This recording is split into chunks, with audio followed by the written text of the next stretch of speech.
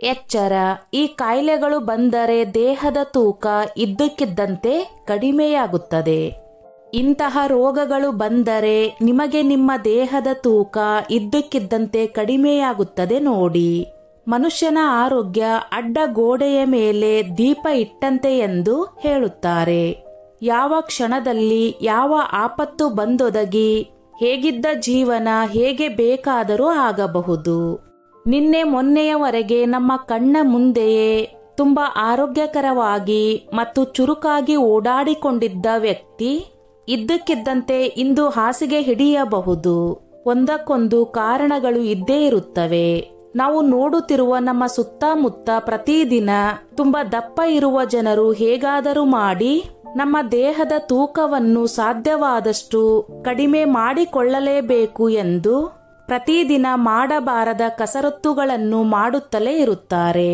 ಆದರೆ ಕೆಲವು ಜನರಿಗೆ ತಮ್ಮ ಪಾಡಿಗೆ ತಾವಿದ್ದರೂ ತಮ್ಮ ದೇಹದ ತೂಕ ಮಾತ್ರ ತಮಗೆ ಅರಿವಿಗೆ ಬರದಂತೆ ದಿನೇ ದಿನೇ ಕಡಿಮೆಯಾಗುತ್ತಲೇ ಇರುತ್ತದೆ.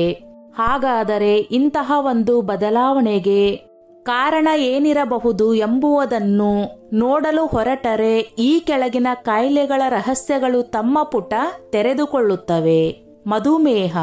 ನಿಮ್ಮ ದೇಹದಲ್ಲಿ ಮೆಟಾಬಾಲಿಸಂ ಪ್ರಕ್ರಿಯೆ ಸರಿಯಾಗಿ ಆಗದೇ ಇದ್ದರೆ ನಿಮ್ಮ ರಕ್ತದಲ್ಲಿ ಗ್ಲುಕೋಸ್ ಅಥವಾ ಸಕ್ಕರೆ ಅಂಶ ಹೆಚ್ಚಾಗಿ ಶೇಖರಣೆಯಾಗಿರುತ್ತದೆ.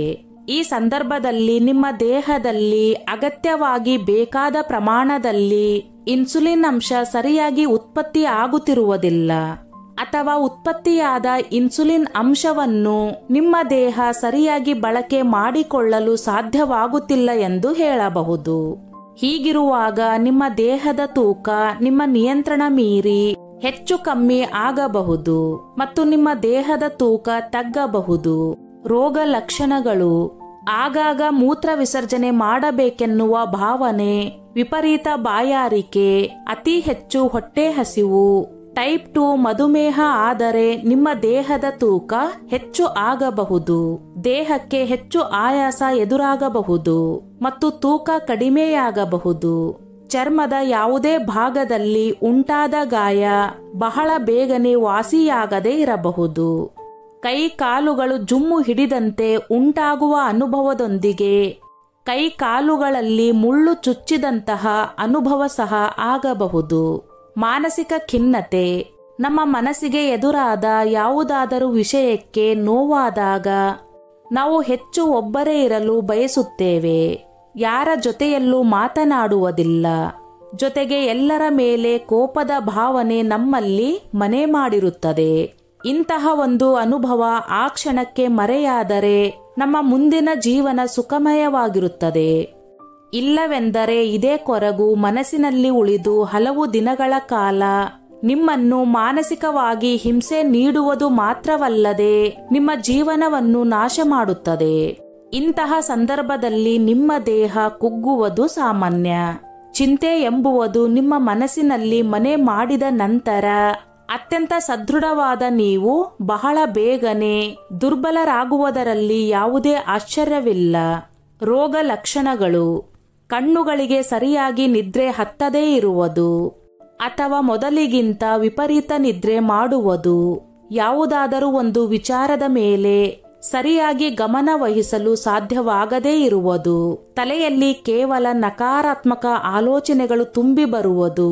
ನಿಮ್ಮ ಮೇಲೆ ನಂಬಿಕೆಯನ್ನು ನೀವು ಸಂಪೂರ್ಣವಾಗಿ ಕಳೆದುಕೊಂಡು ಬಿಡುವುದು.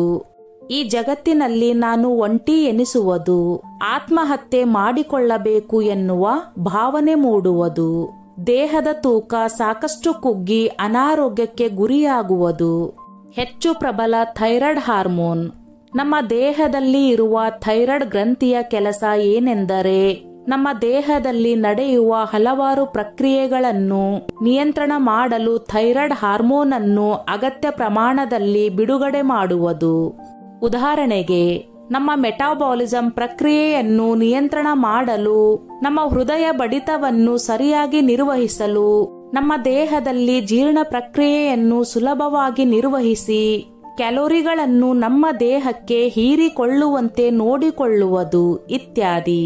ನಮ್ಮ ದೇಹದಲ್ಲಿ ಕ್ಯಾಲ್ಸಿಯಂ ಅಂಶವನ್ನು ನಿರ್ವಹಣೆ ಮಾಡುವಲ್ಲಿ ಥೈರಾಯ್ಡ್ ಗ್ರಂಥಿಯ ಪಾತ್ರವನ್ನು ಮರೆಯುವಂತಿಲ್ಲ. ಒಂದು ವೇಳೆ ಹೆಚ್ಚಾಗಿ ನಮ್ಮ ದೇಹದಲ್ಲಿ ಥೈರಾಯ್ಡ್ ಅಂಶ ಉತ್ಪತ್ತಿಯಾದರೆ ಅದರಿಂದ ನಮ್ಮ ದೇಹದ ತೂಕ ಕಡಿಮೆಯಾಗುವ ಸಾಧ್ಯತೆ ಇದೆ. ರೋಗ ಲಕ್ಷಣಗಳು: ವೇಗವಾದ ಮತ್ತು ಅನಿಯಮಿತ ಹೃದಯ ಬಡಿತ, ವಿಪರೀತ ಮೂತ್ರ ವಿಸರ್ಜನೆ ಮತ್ತು ದೇಹದಲ್ಲಿ ಹೆಚ್ಚಾಗುವ ಬೆವರಿನ ಪ್ರಮಾಣ, ಉಸಿರಾಟದಲ್ಲಿ ತೊಂದರೆ, ಕಣ್ಣುಗಳು ಊದಿಕೊಳ್ಳುವುದು, ದೇಹಕ್ಕೆ ಹೆಚ್ಚು ಆಯಾಸ, ಫಲವತ್ತತೆ ಕುಸಿಯುವುದು, ಮಾನಸಿಕವಾಗಿ ಸಾಕಷ್ಟು ಬದಲಾವಣೆ ಕಂಡುಬರುವುದು. ಟಿಬಿ ಕಾಯಿಲೆ: ನಮ್ಮ ದೇಹದಲ್ಲಿ ವಿಶೇಷವಾಗಿ ಶ್ವಾಸಕೋಶದ ಭಾಗದಲ್ಲಿ ಗಂಭೀರವಾದ ಬ್ಯಾಕ್ಟೀರಿಯಾಗಳ ಸೋಂಕು ಕಾಣಿಸಿಕೊಳ್ಳುವುದರಿಂದ ಟಿಬಿ ಕಾಯಿಲೆ ಉಂಟಾಗಿ ಇದರಿಂದ ನಮ್ಮ ಮೂತ್ರಪಿಂಡಗಳು, ಬೆನ್ನುಹುರಿ ಮತ್ತು ಮೆದುಳಿಗೆ ಹಾನಿಯಾಗುತ್ತದೆ. ಸುಮಾರು 6 ತಿಂಗಳು ಆಂಟಿಬಯೋಟಿಕ್ ಔಷಧವನ್ನು ತೆಗೆದುಕೊಳ್ಳುವ ಮೂಲಕ ನಮ್ಮನ್ನು ನಾವು ಕಾಪಾಡಿಕೊಳ್ಳಬಹುದು. ರೋಗ ಲಕ್ಷಣಗಳು: ವಿಪರೀತ ಕೆಮ್ಮು, ರಕ್ತವನ್ನು ಒಳಗೊಂಡ ಕಫ, ಎದೆ ನೋವು, ಹೆಚ್ಚು ದೈಹಿಕ ಆಯಾಸ, ಜ್ವರ, ರಾತ್ರಿಯ ಸಮಯದಲ್ಲಿ ಬೆವರುವುದು, ದೇಹದ ತೂಕ ಕಡಿಮೆಯಾಗುವುದು. Chronic obstructive pulmonary disease COPD ನಮ್ಮ ಶ್ವಾಸಕೋಶಕ್ಕೆ ಎದುರಾಗುವ ಅತ್ಯಂತ ಗಂಭೀರವಾದ ಸೋಂಕು ಇದಾಗಿದ್ದು ಮುಖ್ಯವಾಗಿ ನಮ್ಮ ಉಸಿರಾಟ ವ್ಯವಸ್ಥೆಯ ಮೇಲೆ ಸಾಕಷ್ಟು ದುಷ್ಪರಿಣಾಮ ಬೀರುವ ಮೂಲಕ ಉಸಿರಾಟ ವ್ಯವಸ್ಥೆಗೆ ಧಕ್ಕೆ ತರುತ್ತದೆ. ಶ್ವಾಸಕೋಶದ ಸೋಂಕು ಎದುರಾದ ಯಾವುದೇ ವ್ಯಕ್ತಿ ಉಸಿರಾಡಲು ತುಂಬಾ ಕಷ್ಟಪಡುತ್ತಾನೆ ಮತ್ತು ಕೊನೆ ಕ್ಷಣದಲ್ಲಿ ಸಾವನ್ನಪ್ಪುವ ಸಾಧ್ಯತೆ ಹೆಚ್ಚಾಗಿರುತ್ತದೆ. ರೋಗ ಲಕ್ಷಣಗಳು: ಶ್ವಾಸಕೋಶ ಸಂಪೂರ್ಣವಾಗಿ ಹಾನಿಯಾಗುವವರೆಗೂ ರೋಗಿಗೆ ಯಾವುದೇ ರೋಗ ಲಕ್ಷಣಗಳು ಕಾಣಿಸುವುದಿಲ್ಲ. ಆ ನಂತರದಲ್ಲಿ ದಮ್ಮು, ಎದೆಯಲ್ಲಿ ಬಿಗಿತ, ಆಗಾಗ ಉಸಿರಾಟದ ಸಮಸ್ಯೆ ಮತ್ತು ಸೋಂಕು, ತುಟಿಗಳಲ್ಲಿ ಹಾಗೂ ಬೆರಳುಗಳ ತುದಿಯಲ್ಲಿ ನೀಲಿ ಬಣ್ಣ ಬಂದಂತಾಗುವುದು, ದೇಹಕ್ಕೆ ವಿಪರೀತ ಆಯಾಸ ಎದುರಾಗುವುದು, ಜೊತೆಗೆ ದೇಹದ ತೂಕ ಕಡಿಮೆಯಾಗುವುದು. ಕ್ರೋನ್ಸ್ ಕಾಯಿಲೆ: ನಮ್ಮ ಕರುಳಿನ ಭಾಗದಲ್ಲಿ ಉರಿಯೂತ ಕಂಡು ಬರುವ ಮೂಲಕ ನಮ್ಮ ಜೀರ್ಣನಾಳದಲ್ಲಿ ಸೋಂಕು ಉಂಟಾಗುವ ಮೂಲಕ ವಿಪರೀತ ಹೊಟ್ಟೆ ನೋವು, ಬೇದಿ ಮತ್ತು ದೇಹಕ್ಕೆ ಅಪೌಷ್ಟಿಕತೆಯ ಕಾರಣ ಎದುರಾಗುವುದು. ರೋಗ ಲಕ್ಷಣಗಳು: ವಿಪರೀತ ಬೇದಿ, ಹೊಟ್ಟೆ ನೋವು, ಹೊಟ್ಟೆ ಸೆಳೆತ, ಹೊಟ್ಟೆ ಹಸಿವು ಕಡಿಮೆಯಾಗುವುದು, ದೇಹಕ್ಕೆ ಹೆಚ್ಚಿನ ಆಯಾಸ ಎದುರಾಗುವುದು, ಮಲ ವಿಸರ್ಜನೆಯ ಸಂದರ್ಭದಲ್ಲಿ ರಕ್ತ ಕಂಡುಬರುವುದು, ಕರುಳಿನ ಭಾಗದಲ್ಲಿ ಅಲ್ಸರ್ ಸಮಸ್ಯೆ ಎದುರಾಗುವುದು. ಅಡಿಸನ್ ಕಾಯಿಲೆ: ನಮ್ಮ ದೇಹದ ಅಡ್ರಿನಲ್ ಗ್ರಂಥಿಗಳ ಮೂಲಕ ಬಿಡುಗಡೆಯಾಗುವ ಅಗತ್ಯಕ್ಕಿಂತ ಕಡಿಮೆಯ ಹಾರ್ಮೋನ್ ಪ್ರಮಾಣದಿಂದ ನಮ್ಮ ದೇಹದಲ್ಲಿ ಈ ಸಮಸ್ಯೆ ಎದುರಾಗುತ್ತದೆ. ಇದು ಎಲ್ಲ ವಯಸ್ಸಿನವರಿಗೂ ಮತ್ತು ಗಂಡಸರಿಗೆ ಮತ್ತು ಹೆಂಗಸರಿಗೆ ಎಂಬ ಭೇದ ಭಾವವಿಲ್ಲದೆ ಕಾಣಿಸಿಕೊಳ್ಳುತ್ತದೆ. ರೋಗ ಲಕ್ಷಣಗಳು: ದೇಹದ ತೂಕ ಕಡಿಮೆಯಾಗುವುದು, ದೇಹಕ್ಕೆ ಹೆಚ್ಚಿನ ಆಯಾಸ ಎದುರಾಗುವುದು, ಮಾಂಸಖಂಡಗಳಲ್ಲಿ ಬಲಹೀನತೆ ಕಂಡುಬರುವುದು. ಕ್ಯಾನ್ಸರ್ ಕಾಯಿಲೆ: ನಮ್ಮ ದೇಹದಲ್ಲಿ ಜೀವಕೋಶಗಳು ಅಡ್ಡಾದಿಡ್ಡಿ ಬೆಳವಣಿಗೆಯಾಗಿ ನಿಯಂತ್ರಿತವಾಗಿ ನಮ್ಮ ದೇಹದ ಯಾವುದೇ ಭಾಗದಲ್ಲಿ ಗಂಟಿನ ರೀತಿ ರೂಪುಗೊಂಡರೆ ಅದನ್ನು ಕ್ಯಾನ್ಸರ್ ಕಾಯಿಲೆ ಎಂದು ಕರೆಯುತ್ತೇವೆ. ಕ್ಯಾನ್ಸರ್ ಕಾಯಿಲೆಗೆ ಮೊದಲು ನಿಮ್ಮ ಚರ್ಮದ ಮೇಲೆ ಪ್ರಾರಂಭವಾಗಿ ನಂತರ ಒಳಗಿನ ಅಂಗಾಂಗಗಳಿಗೆ ತಗುಲಿ ಕೊನೆಗೆ ನಿಮ್ಮ ದೇಹದ ಮಾಂಸಖಂಡಗಳ ಮೂಲಕ ಇಡೀ ನಿಮ್ಮ ದೇಹವನ್ನು ಆವರಿಸಿಕೊಳ್ಳುವ ಗುಣಲಕ್ಷಣವಿದೆ.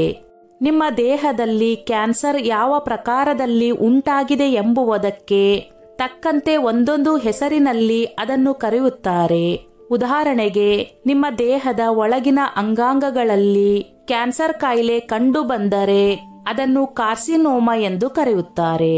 ಅದೇ ರೀತಿ ಮೂಳೆಗಳಲ್ಲಿ ಕಂಡು ಬಂದರೆ ಅದನ್ನು ಲುಕೇಮಿಯಾ ಎನ್ನುತ್ತಾರೆ. ನಿಮ್ಮ ಮಾಂಸಖಂಡಗಳಲ್ಲಿ ಅಥವಾ ನಾಳಗಳಲ್ಲಿ ಕ್ಯಾನ್ಸರ್ ಸಮಸ್ಯೆ ಇದೆ ಎಂದು ವೈದ್ಯರಿಗೆ ತಿಳಿದರೆ ಅವರು ಅದನ್ನು ಸಾರ್ಕೋಮಾ ಎಂದು ಕರೆಯುತ್ತಾರೆ. ನಿಮ್ಮ ದೇಹದ ರೋಗ ನಿರೋಧಕ ಶಕ್ತಿ ಮೇಲೆ ಕ್ಯಾನ್ಸರ್ ಪ್ರಭಾವ ಉಂಟಾದರೆ ಅದನ್ನು ಲಿಪೋಮಾ ಎಂದು ಕರೆಯಲಾಗುತ್ತದೆ.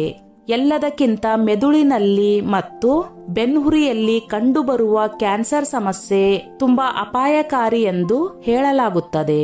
ಹೀಗಿದ್ದಾಗ ನಿಮ್ಮ ದೇಹದ ತೂಕ ನಿಮ್ಮ ಗಮನಕ್ಕೆ ಬರುವಂತೆ ನಿಧಾನವಾಗಿ ಕಡಿಮೆಯಾಗಲು ಪ್ರಾರಂಭವಾಗುತ್ತದೆ. ರೋಗ ಲಕ್ಷಣಗಳು. ಒಬ್ಬ ವ್ಯಕ್ತಿಯಲ್ಲಿ ಕ್ಯಾನ್ಸರ್ ಸಮಸ್ಯೆ ಯಾವ ಪ್ರಕಾರದಲ್ಲಿದೆ ಎಂಬುದಕ್ಕೆ ಅನ್ವಯಿಸುವಂತೆ ಆತನಲ್ಲಿ ರೋಗ ಲಕ್ಷಣಗಳು ಗೋಚರಿಸುತ್ತವೆ. ಸಾಮಾನ್ಯವಾಗಿ ಕ್ಯಾನ್ಸರ್ ರೋಗಿಗಳಲ್ಲಿ ಕಂಡುಬರುವ ರೋಗ ಲಕ್ಷಣಗಳು ಎಂದರೆ ಮೊಟ್ಟ ಮೊದಲಿಗೆ ದೇಹದ ತೂಕ ಇದ್ದಕ್ಕಿದ್ದಂತೆ ಕಡಿಮೆಯಾಗುತ್ತಾ ಹೋಗುವುದು, ವಿಪರೀತ ಆಯಾಸ ಕಂಡುಬರುವುದು, ಯಾವುದೇ ಪೆಟ್ಟು ಬೀಳದೇ ಇದ್ದರೂ ಮಾಂಸಖಂಡಗಳಲ್ಲಿ ಅಥವಾ ಕೀಲುಗಳಲ್ಲಿ ನೋವು ಕಾಣಿಸಿಕೊಳ್ಳುವುದು, ರಾತ್ರಿಯ ಸಮಯದಲ್ಲಿ ಬೆವರುವುದು, ಚರ್ಮದ ಕೆಳಭಾಗದಲ್ಲಿ ಗಂಟು ಅಥವಾ ಚರ್ಮ ದಪ್ಪ ಆದಂತೆ ಕಾಣಿಸುವುದು. ಉದಾಹರಣೆಗೆ ಸ್ತನ ಕ್ಯಾನ್ಸರ್ ಸಮಸ್ಯೆ, ಕರುಳಿನ ಕ್ಯಾನ್ಸರ್ ಉಂಟಾಗಿದ್ದರೆ ಮಲಬದ್ಧತೆಯ ಸಮಸ್ಯೆ ವಿಪರೀತವಾಗಿ ಕಾಡುವುದು, ಚರ್ಮದ ಕ್ಯಾನ್ಸರ್ ಉಂಟಾಗಿದ್ದರೆ ಚರ್ಮದ ಮೇಲಿನ ಗುಳ್ಳೆಗಳು ಮತ್ತು ಮಚ್ಚೆಗಳು ತಮ್ಮ ಗಾತ್ರ ಅಥವಾ ಬಣ್ಣ ಬದಲಿಸಿಕೊಳ್ಳುವುದು, ಶ್ವಾಸಕೋಶದ ಕ್ಯಾನ್ಸರ್ ಉಂಟಾದರೆ ಮಾತನಾಡುವ ಧ್ವನಿ ಬದಲಾಗುವುದು ಮತ್ತು ಆಹಾರವನ್ನು ನುಂಗಲು ಅಸಾಧ್ಯವಾಗುವುದು. HIV ಅಥವಾ ಏಡ್ಸ್. ನಮ್ಮ ದೇಹದಲ್ಲಿ ರೋಗ ನಿರೋಧಕ ಶಕ್ತಿ ಇರುವ ಕಾರಣ ಯಾವುದೇ ಸೋಂಕುಕಾರಕ ಸೂಕ್ಷ್ಮಾಣುಗಳು ನಮ್ಮ ದೇಹ ಸೇರಿದ ಮೇಲೆ ಅವುಗಳನ್ನು ನಾಶಪಡಿಸುವಲ್ಲಿ ನಮ್ಮ ದೇಹದ ರೋಗ ನಿರೋಧಕ ವ್ಯವಸ್ಥೆ ಕೆಲಸ ಮಾಡುತ್ತದೆ. ಆದರೆ HIV ವೈರಸ್ ಒಮ್ಮೆ ನಮ್ಮ ದೇಹ ಸೇರಿದ ಬಳಿಕ ನಮ್ಮ ದೇಹದ ರೋಗ ನಿರೋಧಕ ವ್ಯವಸ್ಥೆಯನ್ನು ಸದ್ದಿಲ್ಲದಂತೆ ನಿಷ್ಕ್ರಿಯ ಮಾಡಿ ನಮ್ಮ ದೇಹದಲ್ಲಿ ವೈರಸ್ ಸಂತತಿ ಹೆಚ್ಚಾಗುವಂತೆ ಮಾಡುವ ಮೂಲಕ ನಮ್ಮ ದೇಹದ ಯಾವುದೇ ಒಂದು ಸಣ್ಣ ಪುಟ್ಟ ಕಾಯಿಲೆಗಳ ವಿರುದ್ಧವೂ ಹೋರಾಡದಂತೆ ಮಾಡಿಬಿಡುತ್ತದೆ. ಏಡ್ಸ್ ಕಾಯಿಲೆಯ ಕೊನೆಯ ಹಂತದಲ್ಲಿರುವ ರೋಗಿಗಳಿಗೆ ಇದು ಸಾಮಾನ್ಯ. ರೋಗ ಲಕ್ಷಣಗಳು. HIV ಸೋಂಕನ್ನು ಹೊಂದಿರುವ ವ್ಯಕ್ತಿಯಲ್ಲಿ ಆರಂಭದಲ್ಲಿ ಕೆಲವೊಂದು ಬಾರಿ ಯಾವುದೇ ರೋಗ ಲಕ್ಷಣಗಳು ಕಂಡುಬರುವುದಿಲ್ಲ. ಕೆಲವರಲ್ಲಿ ಮಾತ್ರ ಜ್ವರ, ಮೈಕೈ ನೋವು, ಚರ್ಮದ ಮೇಲೆ ದದ್ದುಗಳು, ಬಾಯಿಯಲ್ಲಿ ಗಾಯಗಳು, ದೇಹದ ಆಯಾಸ, ಉಸಿರಾಟದ ತೊಂದರೆ, ವಿಪರೀತ ದೀರ್ಘಕಾಲ ಕಾಡುವ ಬೇದಿಯ ಸಮಸ್ಯೆ, ಕಣ್ಣು ಮಂಜಾಗುವುದು, ವಿಪರೀತ ಕೆಮ್ಮು ಮತ್ತು ದೇಹದ ತೂಕ ಕಡಿಮೆಯಾಗುವುದು. ಪಾರ್ಕಿನ್ಸನ್ ಕಾಯಿಲೆ. ನಮ್ಮ ದೇಹದಲ್ಲಿ ನಮ್ಮ ನರಮಂಡಲ ವ್ಯವಸ್ಥೆಯ ಮೇಲೆ ಎದುರಾಗುವ ಆರೋಗ್ಯ ಸಮಸ್ಯೆ ಎಂದರೆ ಅದು ಪಾರ್ಕಿನ್ಸನ್ ಕಾಯಿಲೆ. ಒಬ್ಬ ವ್ಯಕ್ತಿಯಲ್ಲಿ ಈ ಸಮಸ್ಯೆ ಆರಂಭವಾದರೆ ಆತನ ದೈಹಿಕ ಚಲನೆಯಲ್ಲಿ ಅತಿ ಹೆಚ್ಚು ವ್ಯತ್ಯಾಸವಾಗುತ್ತದೆ. ಮುಖ ಹಾಗೂ ದೇಹದಲ್ಲಿ ಕೆಲವು ಭಾಗಗಳು ಹಿಡಿದುಕೊಂಡಂತೆ ಗಟ್ಟಿಯಾಗತೊಡಗುತ್ತವೆ. ರೋಗ ಲಕ್ಷಣಗಳು. ನಡೆಯುವಾಗ ದೇಹದ ಸಮತೋಲನ ತಪ್ಪುವುದು, ನಮಗೆ ಅರಿವಿಲ್ಲದೆ ನಮ್ಮ ದೇಹದಲ್ಲಿ ಸ್ವಯಂಚಾಲಿತವಾಗಿ ನಿರ್ವಹಣೆಯಾಗುವ ಕಣ್ಣು ಮಿಟುಕಿಸುವ ಪ್ರಕ್ರಿಯೆ, ನಡೆಯುವಾಗ ಕೈಗಳು ಹಿಂದೆ ಮುಂದೆ ಆಡುವುದು ಎಲ್ಲವೂ ತಟಸ್ಥವಾಗುತ್ತದೆ. ಮಾತನಾಡುವಾಗ ತೊದಲುವುದು ಮತ್ತು ಬರೆಯುವಾಗ ಕೈಗಳು ನಡುಗುವುದು ಉಂಟಾಗುತ್ತದೆ. ದೇಹದ ತೂಕ ವಿಪರೀತ ಕಡಿಮೆಯಾಗುತ್ತದೆ. ವೈದ್ಯರನ್ನು ಯಾವಾಗ ನೋಡಬೇಕು? ನಮ್ಮ ದೇಹದ ತೂಕ ನಿರ್ವಹಣೆ ನಮ್ಮ ಕರ್ತವ್ಯ. ನಾವು ಪ್ರತಿದಿನ ಒಳ್ಳೆಯ ಪೌಷ್ಟಿಕಾಂಶಗಳನ್ನು ಒಳಗೊಂಡ ಆಹಾರಗಳನ್ನು ಸೇವನೆ ಮಾಡುತ್ತಿದ್ದರೆ ನಮ್ಮ ದೇಹದ ತೂಕ ಕೂಡ ದಿನೇ ದಿನೇ ಹೆಚ್ಚಾಗುತ್ತದೆ. ಆದರೆ 6 ರಿಂದ 12 ತಿಂಗಳ ಒಳಗಾಗಿ ಅಥವಾ ಅದಕ್ಕಿಂತ ಅವಧಿಯಲ್ಲಿ ಒಂದು ವೇಳೆ ನಿಮ್ಮ ತೂಕ 5 kgಗಿಂತ ಹೆಚ್ಚು ಮತ್ತು ಕಡಿಮೆಯಾದರೆ ಆಗ ನೀವು ಸ್ವಲ್ಪ ಆಲೋಚನೆ ಮಾಡಬೇಕಾಗುತ್ತದೆ. ಮೇಲ್ನೋಟಕ್ಕೆ ನಿಮಗೆ ಯಾವುದೇ ಆರೋಗ್ಯ ಸಮಸ್ಯೆಗಳು ಕಾಣಿಸದೇ ಇದ್ದರೂ ನಿಮ್ಮ ದೇಹದ ತೂಕ ಮಾತ್ರ ದಿನೇ ದಿನೇ ಇಳಿಕೆ ಕಾಣುತ್ತಲೇ ಇರುತ್ತದೆ.